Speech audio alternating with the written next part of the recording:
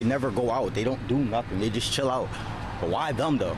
That man saying he's a close friend of the two victims who were shot in this Malvern neighborhood in the early hours of the morning. One of these men is now Toronto's latest homicide. Detectives are now at the scene investigating, putting the pieces together.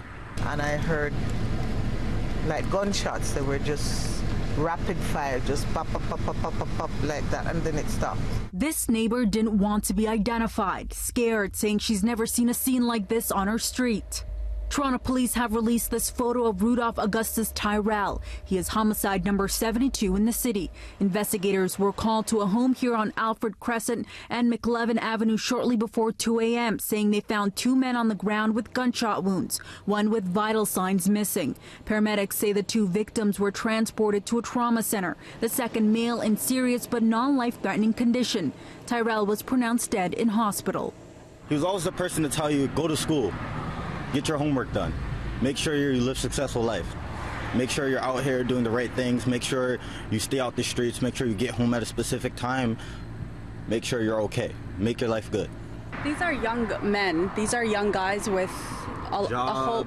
Hopes and dreams. If you need them, they're always there. They always had your back. They're always the person there just to make sure you're good. They always had your back if anything. You never had to worry. There were some cool cats. Late this morning, the male victim who was released from hospital returned to a home taped up behind the scene while wearing a hospital gown. But he was once again transported back via ambulance, according to paramedics who say he was experiencing medical complications. Homicide investigators did not speak on camera today and have not released further details on the two victims, where the shooting occurred, or indicated if it was targeted. Sneakers along with a basketball can be seen on the front lawn of a home where neighbors say was a popular hangout spot. Police are looking for a male suspect dressed in all black, wearing a hoodie, shirt, baseball cap and pants. They're pleading with witnesses with any information to come forward.